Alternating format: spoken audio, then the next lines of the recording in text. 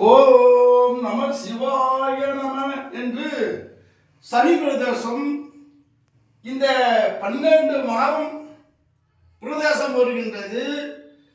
இந்த மாதம் சனி பிரதேசம் என்றதுனால இந்த சனி பிரதேசம் நம்ம சென்று சிவாய நம என்று சொன்னால் 12 மாசத்துக்கு போன மாதிரி ஒரு ஐதீகம்.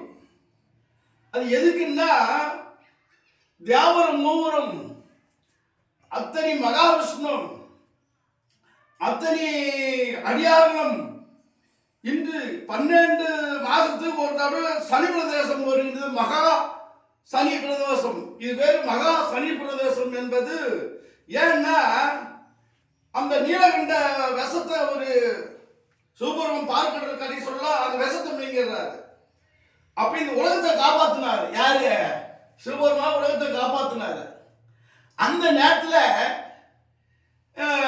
அது நம்ம நன்றி சாணிட்டு தேவர் மூலம் சனி பிரதேசத்துக்கு வந்து சிவபெருமான வணங்கி ஓம் நம சிவாயம் என்று ஓம் நம சிவாயம் என்று இந்த மந்திரத்தை சொல்லி அந்த சிவபெருமான வணங்கி அருள் பெற்று தேவர் மூலம் அத்தனை மனித அடியார்களுக்கு இந்த 25 மாசம் போனா இந்த இந்த பிரதேசத்துக்கு ஒரு வாட்டி போனா 25 மாசம் போனா முத்தியுமே கிடைக்குமா.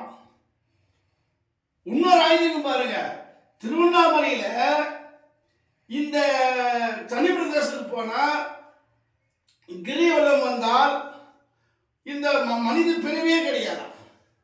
அப்போ அப்படியே அந்த சனி பிரதேசம் அந்த பகவான் எந்த பகவான் சிவபெருமான் என்றது கட்டி காக்கும் ஈசன் அவருக்கு இன்னைக்கு எங்கேயுமே மகாவிஷ்ணு கோயிலும் முடியும்.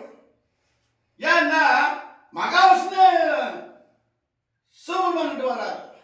அப்போ மகாவிஷ்ணு கோயில் பிரம்மா 30 கோடி தேவர்கள் கந்தவர்கள் அடியார்கள் அத்தனை பேர் இன்னைக்கு சிவபெருமான வணங்குவோம்.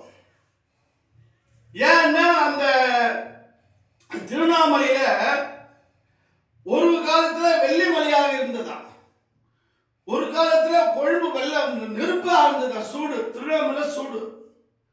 ஒரு காலத்துல இப்போ கல்லு மலையா இருக்கு. அதுபோல ஒவ்வொரு திராயுகம் கிராயுகம் துவாபர யுகம் இது கலியுகம் அப்படியே என்ன சொல்றோம் நம்ம. ஓம் நம சிவாயம் சிவாய நமக. ஓ